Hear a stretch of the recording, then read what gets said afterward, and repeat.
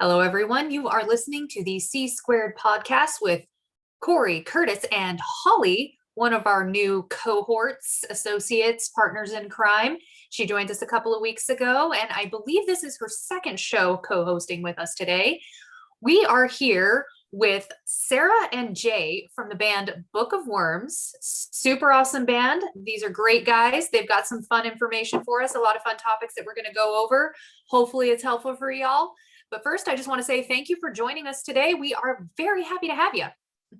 Thanks for having us. We're really excited to be here. Yeah, thank you so much. We're stoked. Yeah, we followed both you and Curtis, and I always learned something cool from the post. So, well, my posts are usually just aimless BS, but thank you.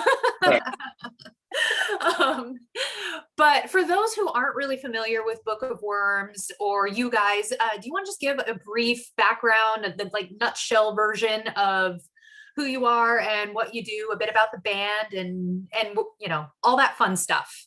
Yeah, definitely. So we're Book of Wyrms. We've been around in some form or another since 2014. We put out a demo in 2015. We call ourselves space metal or outer space heavy metal.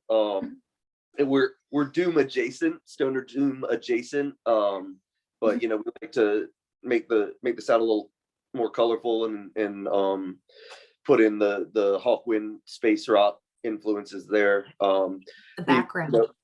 What's that? I said, hence my background. Exactly. Yeah. And yeah, so great. we like space, we like sci-fi, we like fantasy.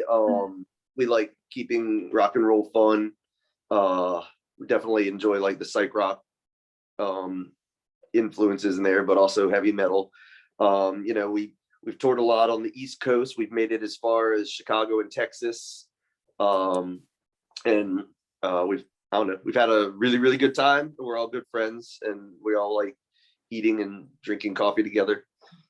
Hey, that's the way to live, right? Eating Absolutely. And drinking coffee. Those are like the two greatest pleasures in life. Yeah.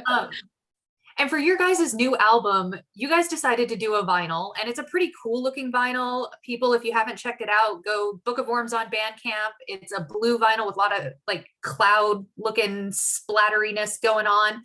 But what made you decide to go the vinyl route? Is it because of the, more psych rock influences, or are you guys collectors? Well, or both.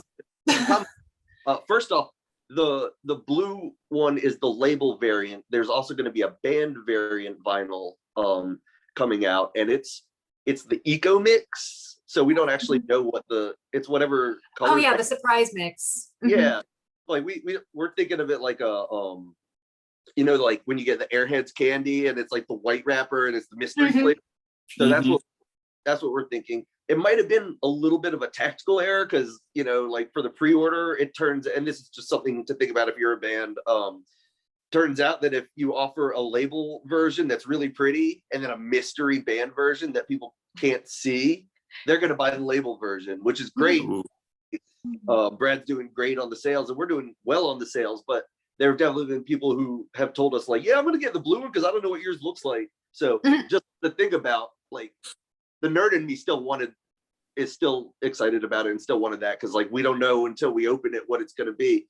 But from a tactical standpoint, that's something you might want to think about with the eco mixes. But yeah, so why we did it, I don't know. Like it, especially in like any of the retro rock and roll and underground stuff, I think vinyl's really important. A lot of people do collect it and care about it. And there's places that won't even review your album if you don't have vinyl, which is, I don't necessarily get, but it gives you an idea of like, in some ways it's kind of like a key to a gatekeeper to have it. Also, we collect we have our own collection or whatever. And like, whenever we go to different towns, we always go to the record stores and just kind of find whatever we can find. And it's just a really fun thing. And you said you collect also. I do. And I vinyl on Friday. Sorry, I bought the label version of yours. No, it's totally fine. It kind of goes to the same place. So it's not like that or anything. It's just something that we noticed about it this time, and just something to think about if you're picking colors in the future. If anybody is trying to decide what to do, maybe have something that people can see. Yeah. Um, But yeah, I am a collector, and when it comes to vinyl, I want like all of the splatter vinyl. If it's Yes. colorful, if it's got marbling, if it's I mean, they're like It's- pieces of art, and they're really cool. And no two are the same. it's true. They're really It's true. awesome. I just saw, and this freaked me out. White Zombie has a glow in the dark. I don't know if it's a reissue of Los Exorcisto or if it's like from then. I assume it's a reissue, but it's like a glow in the dark one. And like, yeah, talk about like cool looking vinyl getting you. As soon as I saw that, I was like, I gotta have that. But yeah, we're both lifelong vinyl collectors. I was, I was in the 90s and 80, even like late 80s, first getting my dad's vinyls and my big sister's vinyls, and then like you graduate onto like the like $2 used vinyls, and like they're not always good, but like you learn a whole bunch of stuff, and like some of them you thought were cheesy at the time, and then later like you could end up like a Uriah Heep record when you're 13 and don't think it's that good, and now you put it on Uriah Heep and it's like, wow, I can't believe I got this for like $2 or $3, like. And that's that's how I learned the entire Led Zeppelin and Black Sabbath catalog, and grabbing Willie Nelson and ZZ Top like along the way. Buying like new like kind of small run vinyl was like a newer thing for me. That started more when I started getting into being in a band and like wanting to support my buddies, and that was cool because like when I was younger, vinyl was like a used cheap thing that you'd go and dig for. So the whole, I don't know, it's cool. It's like two things: the used vinyl stuff and then the like kind of boutique releases. Awesome. Yeah. Oh, and Curtis has his follow-up face on, so I will not, because I could talk about vinyl for like the next 67 days straight. So Yeah, I started getting worried like while I was talking just then. I was like, how long have I been talking? no, it's a thing that happens. I mean, if you're a band out there and you can afford to do a vinyl, you should probably consider doing one, because people will get unbelievably excited. And like, Yep. I will pay a shitload of money for a vinyl that I want. I mean, Yep. I ordered one from Europe, and I think with the shipping, it was $70. I don't Yeah, care. It's a double vinyl, splattered, etched on the D side, and like the artwork is amazing. So I'm like, you know what? I don't care. I want it. Yeah. I'm getting it. There's certain Worth it. there's certain ones that you just like and you like it doesn't matter and you splurge on, like the band The Monks from the 60s. Like it was like 180 gram, which I can't actually hear the difference, but like I pretend I can. And like I was like, I don't care how much the shipping costs. I just have to I have to own this. This has to be mine now. I had actually never even heard this band before. I literally just, it was part of my Bandcamp Roulette thing that I do on Twitter. Yeah. And so I don't even know what this band sounds like. I won't know until I get their vinyl. Oh, that's But awesome. I don't care. It's cool looking. Yeah. That's so awesome. And that's really fun and exciting to open up It's like Christmas. Yeah. So it didn't come with a download? At Bandcamp Roulette rules. I do not listen until I get the album in my hands. That's awesome. Wow. You're living on, I guess, on the edge. I'm living on the edge. Yeah. The only thing I know is it's black metal. Okay. So, okay. So my follow-up question here. So this is kind of for like, I don't think Holly collects vinyl. Do you collect vinyl, Holly? My dad does, so I'm sort of once removed from a vinyl collection. You grew up with an addict. Yeah. I don't collect vinyl because I don't want to become an addict like you guys. But it seems to me, though, just out of curiosity, this is for Jake and Sarah mainly. Does it not seem like mainly though that when you do a vinyl, it's more for the purpose of like an art type thing versus necessarily the music? Am I right in thinking that? Or some of it, yeah. I mean, like absolutely having the large format of your painting, and like and you're absolutely right. Like, and I don't know if I ever thought about it this way, but like when I'm thinking about what we want for our cover art, I'm always thinking about it in terms of 12-inch LP, like maybe even gatefold. But I'm never like, oh, what's this going to look like in a jewel box? But and I will say this: you should also get CDs, because they're there are plenty of people do vinyl only, and you'll that's cool if you're in Richmond or New York, but when you're like somewhere in the middle of the country, people are going to ask you for a CD. Yeah. And your older friends are going to ask you for a CD. You want CDs. But yeah, so and that ends up being a thing that we never, and we should have thought about it at least once. We put out 3 albums now, but like we always get down to the last minute. We're like, all right, we've got these pictures for the LP cover, and they're like, great, what about the CD and the tape? And we're like, we have to call whoever did our layout and be like, hey, we need these too. And like it's always different. The shape is different and all of that. But yeah, to get back to your question, yeah, it's all about that big LP art and the idea that like you're a band and you've got a big LP that people are going to be like looking at while they listen to your record. So yeah, absolutely. I think that's a huge part of it. Very much. Yeah, I think you guys are more like art collectors versus music collectors, to be honest. That's my own viewpoint, just from looking at it from someone who doesn't collect. Our art just has a nice sound to it. You can't play a painting. Well, yeah. Yeah. But then like it's true, it's this beautiful art, but like they're not all out on display. If you look, it's just the spine. Yeah, mine's all in a stack with the spines.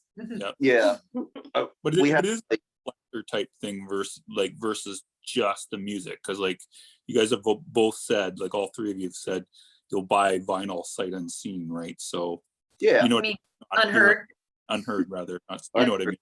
Yeah. So okay, so I'm done with the vinyl question. Warrior Holly has a Oh yeah, we need to not, because I will talk about vinyl again for 67 days straight. It'll be all we do. This will become the vinyl hour, and so we need to have another topic. Holly, I think we should have like a whole separate podcast about how people store, like tips for storing and what do you keep your stuff in? We'll do that. We'll do that. We'll rebook you guys for like a month from now, and the 3 of us can talk about, or sorry, the 4 of us can talk about it, and 5 of us. What the fuck am I doing here? I'm counting. 4 windows, 5 people. Anyways, I can't count today. So the 5 of us talk about vinyl stuff, and but anyways, Holly has got the next question. Yeah. Yes, right. You've mentioned your label a couple of times, so I think it segues in quite nicely. But yeah, interested in how you got signed. So Sarah did the legwork the first time when we got in touch with Twin Earth. I'll say that we went ahead and made a demo, and we did the best job we could. Like, you don't do it with the idea of this is a demo. Like it was also to get gigs and everything, but also to like tell the world, we exist and all that. But then how did you get in touch with actually Rick Bennett actually approached us and just emailed us and said, hey, would you be interested in putting out a record with us? And honestly, that's the same way that Brad Fry from Desert Records got in touch with us as well. I think we had some friends in common, like Mark Parton. Mark Parton had like talked us up after he saw us, and I guess I don't know if that's how Brad heard of us, or if that was just like an extra little bonus that somebody that he knew was talking us up. But yeah, Mark Parton's always been so cool, and so we've just been really lucky to be able to be contact. We were lucky to be contacted. Yeah. So we didn't have to necessarily, thankfully, go through some of the shopping that a lot of other people have done, and I wouldn't have the first idea. Like I wish I could tell you, but that's like in other bands I've been in, I tried and it was not super successful. But I would have no idea or useful advice on how to like actively try.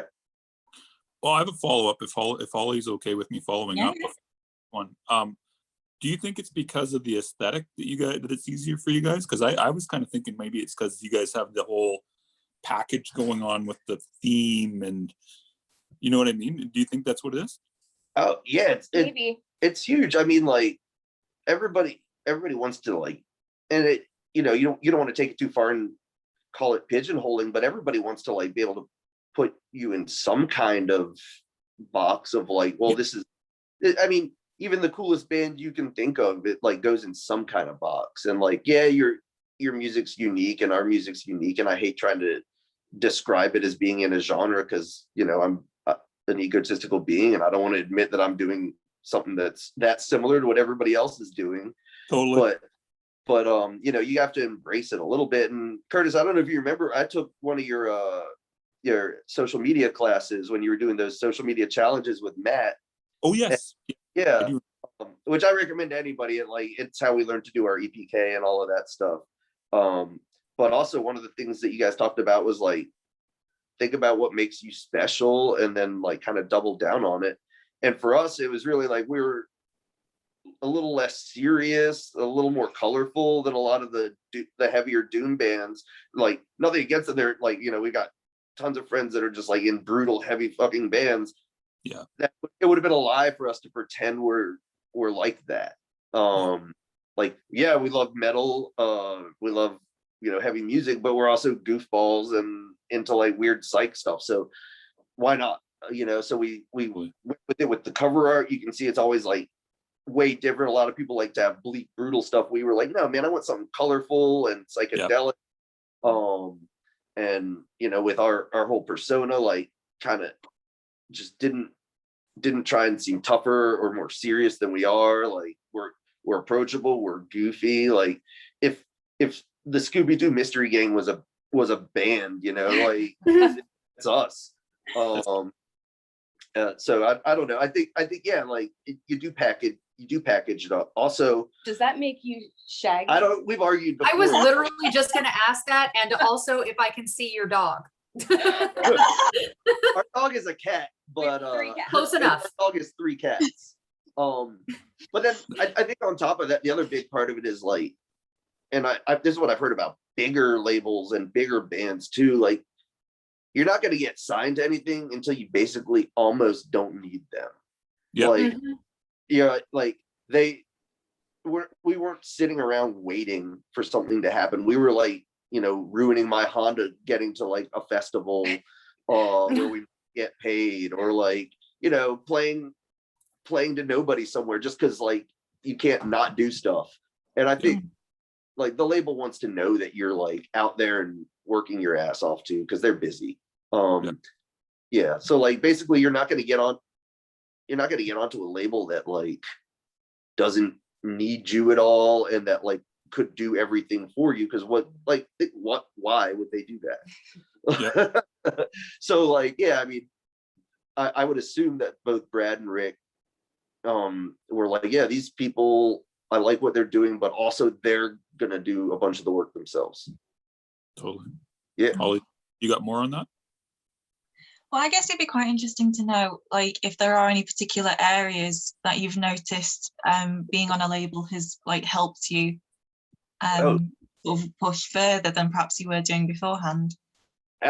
Definitely. Absolutely. One of the big ones, Rick, you know, knew people that either were on his label or that he was in contact with and were on other labels or whatever, all over the place. So when we had a festival to get to, you know, he I don't think he filled in every date, but he filled in a bunch of the dates with people we knew. And then like, you know, he was checking in, he was out there doing social media for us while we were on the road. And then like one gig fell through, and through his friends and our friend, I don't know, it was like a panicked day of like, we were up in the Great Lakes area, and like it was like we were either gonna have to turn right at the bottom of the lake or go straight. We didn't know, and like him and some other people were all doing like SOSs and found us an awesome gig in Cincinnati with Castle. Awesome. Yeah, it ended up being an amazing gig, and it was off of a canceled thing. So like, one, those connections, it's huge. And then also I was gonna say the community, the aspect, like knowing other bands on the label, like Heavy Traffic, for instance, was a band we did a tiny tour with that was also on Twin Earth Records, and we were able to just kind of have a good time and build up a camaraderie kind of. Yeah. And then with the current label, I mean, there's Cortez from Austin, who we've met, played with. They're great guys, and like they're good buddies. We helped them get, we weren't able to play the show with them, but like we got them a show in DC, or helped them get a show in DC to like save a night on the tour. And then Brad's band Red Mesa is, you know, another one. He was wearing our shirt in their recent live, which was awesome. Nice.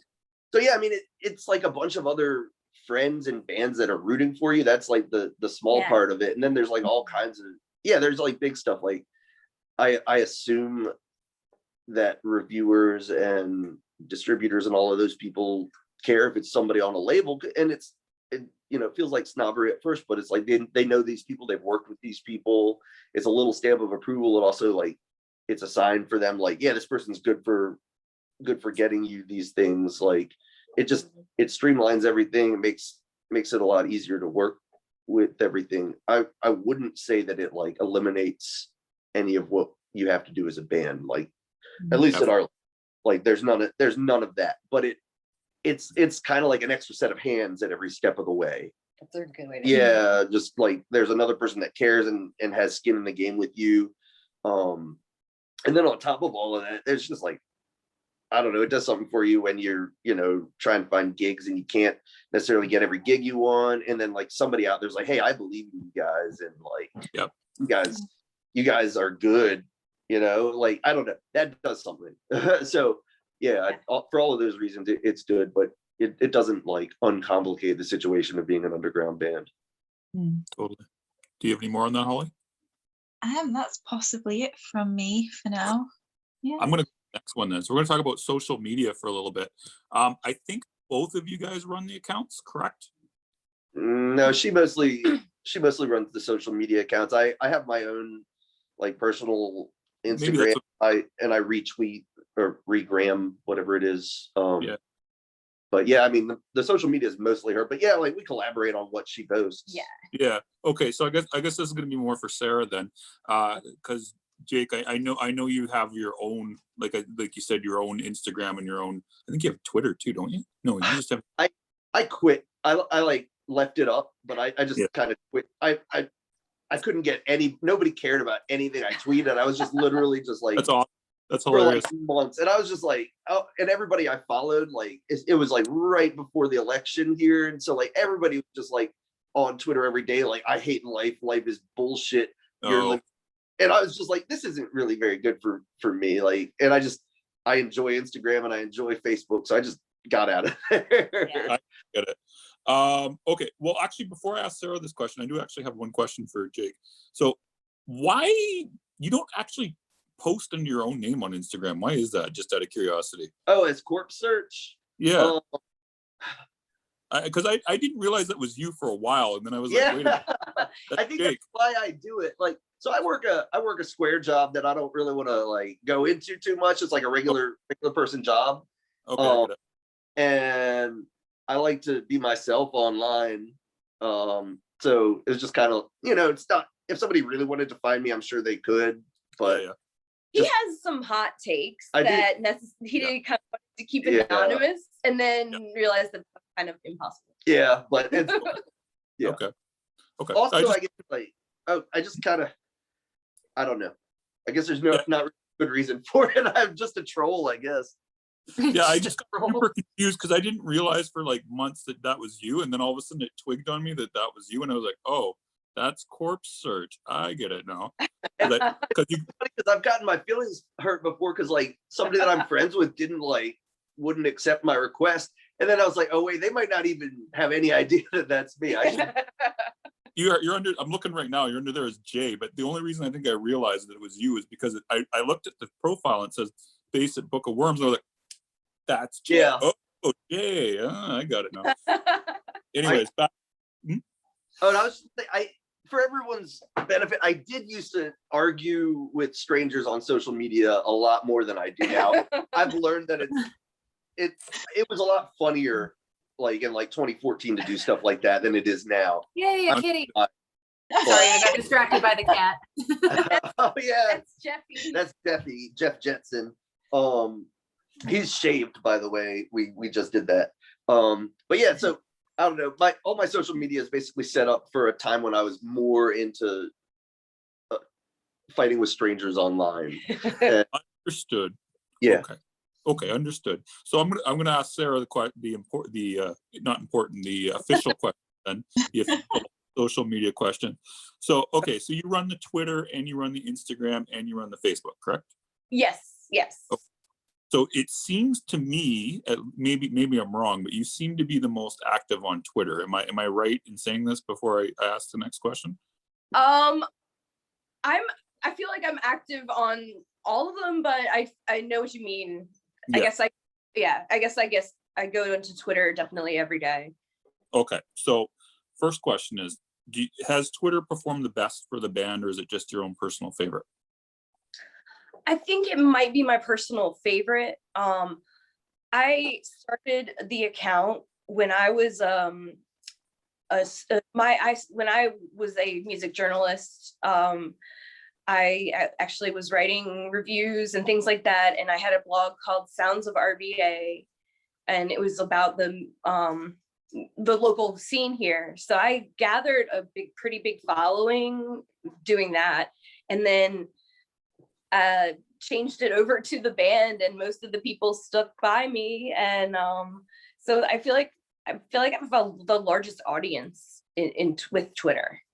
I think you do too, because you got like almost 4,000 followers, I think, on Twitter or something like that, right? That's right. Yeah. So, okay, so can you kind of go over how you kind of utilize Twitter in order to get engagement? Because I think you do really well at it. That's the one that every band seems to struggle with the most, is Twitter. Good at it. Yeah, but you're really good at it. So yeah, Oh. definitely people, if you're listening, pay attention to this, because I know most of you struggle with Twitter. Well, No pressure, Sarah. sure. Lead the masses, Sarah. You can do it. No pressure. No pressure. I definitely you always have to like or retweet anything that anybody mentions you about.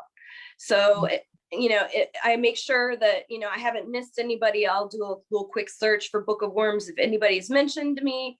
And so then if I say, oh, somebody's said this funny thing, I will retweet it and then add my little blurb about it or whatever. And I feel like that can be a fun way to engage my followers and be like, hey, this person said this, but I've got this to say. And hashtags are really, kind of important too. I don't know, but just like interacting also with other people on Twitter as yourself and being a person can be kind of powerful too. Because it's real. Yep, I agree. So, okay, so can you give a tip, a good, sorry, how do I want to rephrase this? What do you think would be the best way to get engagement on Twitter if you're a new band and you're just starting out an account? No pressure again. I would say if you're a new band, I say look for other bands that are in your genre and really support the heck out of them. Retweet their stuff and say, hey guys, check out this band, check out this album. Oh man, just really been digging this album lately. And those people will sometimes give you a favor back, and sometimes you can maybe follow their followers and see if they're somebody that might be interested in following you back. Totally. Okay, and then for other platforms like Instagram, let's go over Instagram for a brief second. What do you find is the best way to get engagement on Instagram? Partly what she just said about the promoting your friends and everything. One thing I always do, I always show my Bandcamp Friday haul and tag everybody, and like it's cool, man. Like really big musicians like will say like thanks, which is fun, on a personal level. But like, people, I don't know, it's karma. Like I'm not gonna say like this will get you this many followers, but like I shouldn't need to tell anyone why you should be promoting other bands and associating with other bands. It definitely will come back to you, but that's not why you're supposed to do that. But so that's a big part of it. Another part of it is, like she said, really being personal, like be you, be a human on there. Like one thing I really like doing, and occasionally it bites me in the butt, but I don't mind like admitting I didn't know something. Like it's revolutionary on Instagram, like to be like, wow, I didn't realize that's who played guitar on that album. And like sometimes it's they'll be like, you didn't know that, what a poser. But most of the time, What a new. like, cool. I know, like, how dare you admit you didn't know something? But then again, I mean, if somebody like lashes out at you for admitting you didn't know something, I think you know what you need to about that person and whether you want more of them. But like, you know, just these amazing conversations, and again with like people that are way bigger than you, and maybe why would that person ever talk to you? Oh, because you like the same weird synth record they did, or like, you know, and they want to talk to you about genuine interest. So I think those are two of the big ones. Another one is like, you know, just reaching out, like, and that's another one where I've been surprised, you know, and not asking for anything, but just like, hey man, huge fan of you. And they're like, hey. But not reaching out in a, hey, here's my music, you should listen to it kind of way. No. Don't spam other people. I think that's really important because nobody wants to see that. Yeah. There's no frame. I've made it a personal rule. I won't send anyone my music. Like, and even those like posts where people like post your link, I just don't. Like, you can, nothing wrong with that. A personal vibe. I just don't want people to think I'm there to like try and get them to listen to my shit. If they think I'm cool and they're, you know, they happen to see my posts about it, which are mixed in with my other posts, and they decide to check it out, that's great. But I'm not gonna like alienate people like that. Mm-hmm. It's not worth it. So I think that's another big part of that. And then one thing I think I learned from, I want to say Matt Bacon, just one of his like posts that he made was just like, things with a face in them do so much better than things without. Like, that's human nature. But That like, was me. I want to point out that was me, Jake. That was me. that was That was you. That Okay. was me. That was me. That was me. That was me. Or he That was stole Curtis. it from me. And Or that's he stole it. it's absolutely brilliant, man. Like it's so intuitive, and I didn't think about it, but like if I post my album art, I'll get like, maybe I'll get 50 likes, and that's cool. If I post me holding my album art, like make Scooby face outside, that's 111 probably. Like that's how people react. They want to support you as a person. So like, so I don't know, like that, all of that, and then the last one is like, well, it's a twofer, but like balance. Like you want to post a lot, especially on Instagram, but it needs to be balanced. Like if every single post is like your band has a new album out, like, okay, people are gonna tune that out because it's like a commercial.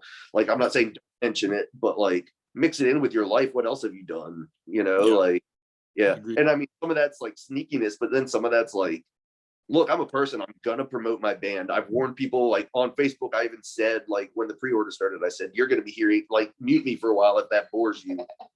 But like, again, I'm still me. So like, I'm still gonna like post pictures of cats and the rest of my life. And so, you know, yeah. So I got one more social media follow-up before Holly asks the final question. Okay. But well, it's not really on social media, but it's more of what happened the other day. So dealing with bad reviews. Yeah. So we had I can't even remember who it was. I think it was Hellfire, or somebody said something stupid that you guys have too much like blood ceremony or something like that. Right. Yeah. Which was dumb. So I know what I did. I memed it. So Yeah. Sarah didn't seem too happy with it, but let's hear your take, Sarah. Oh no, I mean, it was funny. I try to just kind of ignore reviews like that. Yeah. I mean, when I was reviewing music, I made the mistake sometimes of violating the rule of, if you don't have anything nice to say, don't say anything at all. Done it. I've done it. I'm sure you have done it too. Yeah. She got wrecked one time. I don't remember who the band was, but it turned out it was a band with a really big regional following in like LA. And she didn't even like say they were bad. She was just like kind of like meh, but like got like destroyed by like dozens of strangers about it. It was wild. And I just realized it's like admitting that you don't get something and that some of the people are getting. Yeah. And it's like, it's why waste my time on something that I don't like? I'd rather just not say. Yeah. And that's it perplexes me when people take the time to write about us, but they're like, this genre is overdone. Yeah. But Like, so, why are you listening to something from a genre you think is overdone? yeah. But Yeah. but also, like, I don't know, I'm a overthinker, so I'll debate the criticism in my head.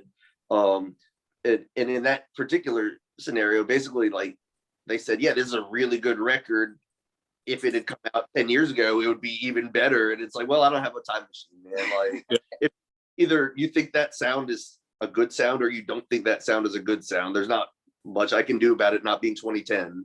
But like, then the other part of it, and we hear this one all the time, and it pisses me off, and I try not to let it, but it's basically like the argument comes down to like, there's already a doom band with a woman singer, so why are we doing this again? And it's like, Are there already like plenty of doom bands with male singers? Like, what's the point here? You know how many dudes Wow. with beards I know? Like, come on, it's ridiculous. Or like, are there too many?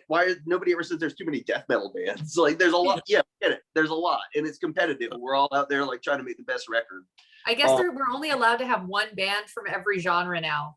That's right. Yeah, Yeah, exactly. Some weird rules like that. And I try not to go to the misogyny thing right away, but it's pretty constant in reviews. Like, it never get mentioned. Like, she's not a vocalist; she's a female vocalist.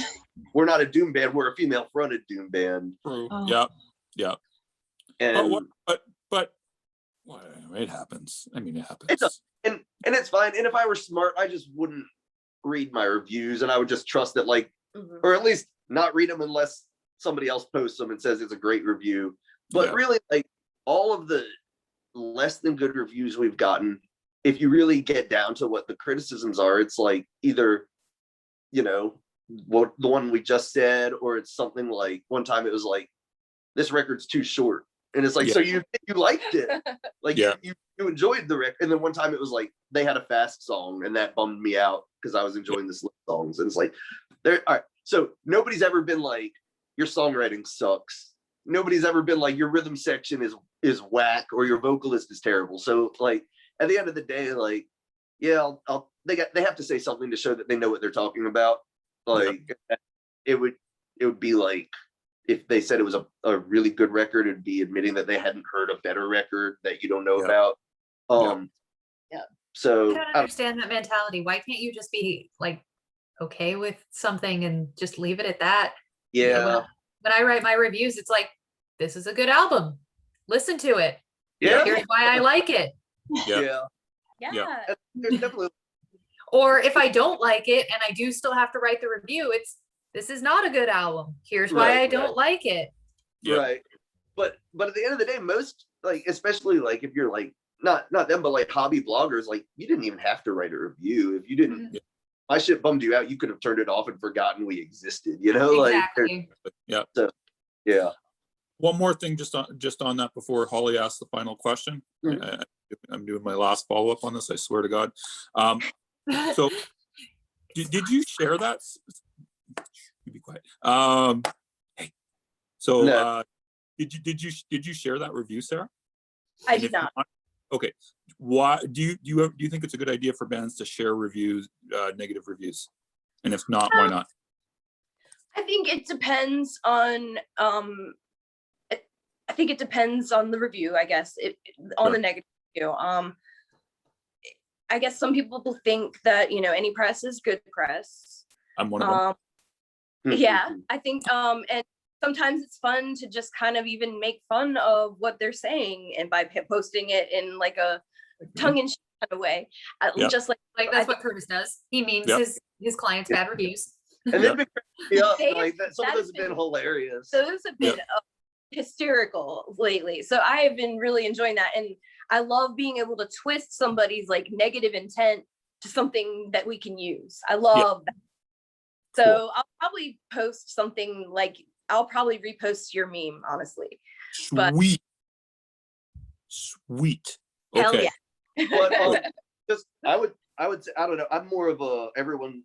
I don't know. I think about it the way I think about how I feel when like a person complains to me about their shit. It's like, dude, I've got I've got my own problems, man. Yeah.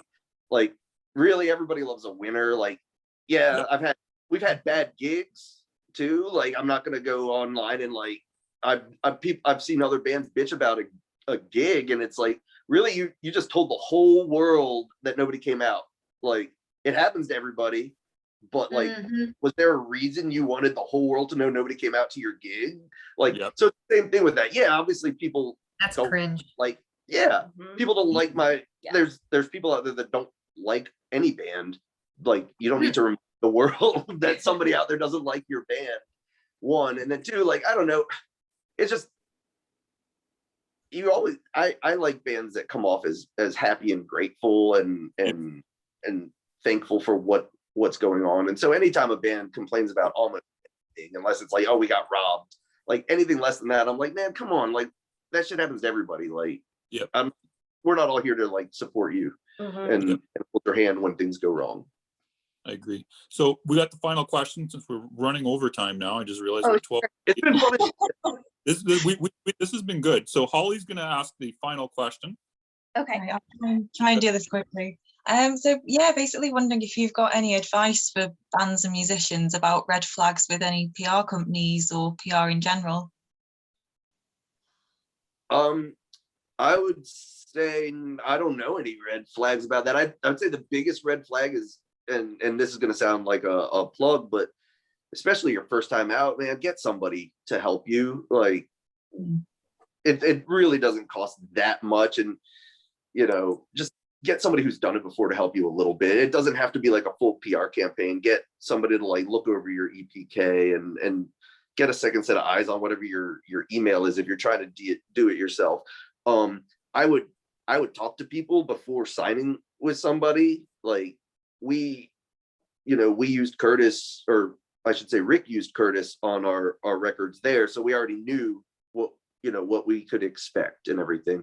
I would have been a lot more nervous if I didn't know him at all and hadn't seen what he had done, to just be like, yeah, we want to like give you money to help us. But like, it shouldn't be that hard. Like, you shouldn't be signing with somebody who hasn't done something that you respect. So like, if you're like, whoa, this band started around the same time as we did and they're really blowing up, and that's happened a bunch of times. We've gone and looked, like, are they using anyone to book? Are they using anyone for PR? Are they using a management service? Because I know they started around the same time as us and they're doing a lot better than us. So, maybe it's some of the help they're getting. So, and it's not that hard. There's other bands that are doing well, see who they're using. But I wish I had some red flags, but Curtis hasn't really done anything red flaggy yet. Kidding. I got a quick follow up on that though. So just in regards in general, do you know of any red flags for the industry? Yeah. The biggest one, and you don't see it as much anymore, is any of that pay to play, which, like, thankfully, I don't know how that was. It still happens all the time. It happens all the time. It just, like, anything that feels like pay to play, be really careful about. And then if you're not sure, ask another musician and they'll tell you, like, oh, dude, that's whack. Yeah, don't do that.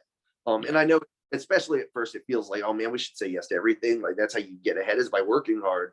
But you don't get ahead by like getting ripped off and doing those stupid things. So that's one big red flag. I think anyone who seems overly self-centered or narcissistic, you get a vibe. If you get a bad vibes from somebody, then there's a reason you have a bad vibe off of somebody.